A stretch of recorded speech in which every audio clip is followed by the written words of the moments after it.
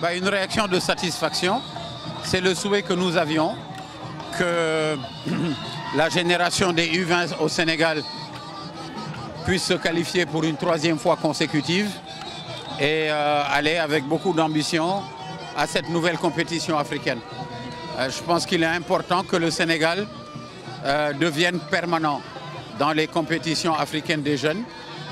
Et c'est la répétition de ce type de performance et de ce type de présence dans les compétitions africaines qui nous permettra de préparer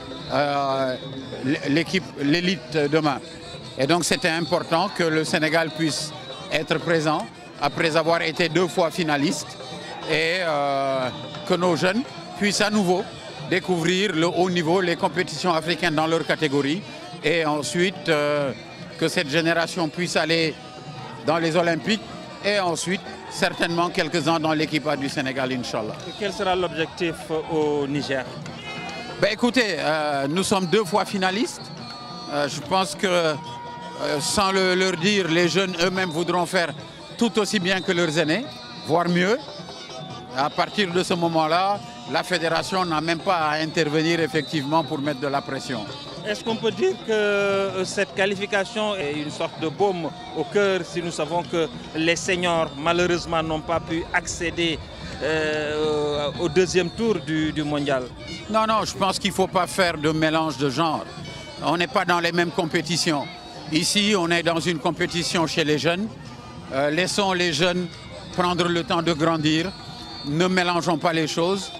Le Sénégal est retourné à la Coupe du Monde en senior. En soi, c'est déjà une satisfaction. L'équipe a eu 4 points, a été éliminée sur des cartons jaunes avec une participation honorable, même si nous avons montré que l'équipe A du Sénégal avait le niveau des plus grandes nations dans le monde. Tirons les leçons de cette déception, de cette frustration que nous avons et essayons à ce niveau-là, au niveau de cette catégorie A, demain, d'être encore plus performants dans les compétitions internationales dans lesquelles nous allons. Et vous pensez que quelques jeunes de cette catégorie pourraient jouer au prochain mondial si le Sénégal se qualifie? Oui, je pense qu'on est en U20. Dans 4 ans, certains d'entre eux auront 22-23 ans.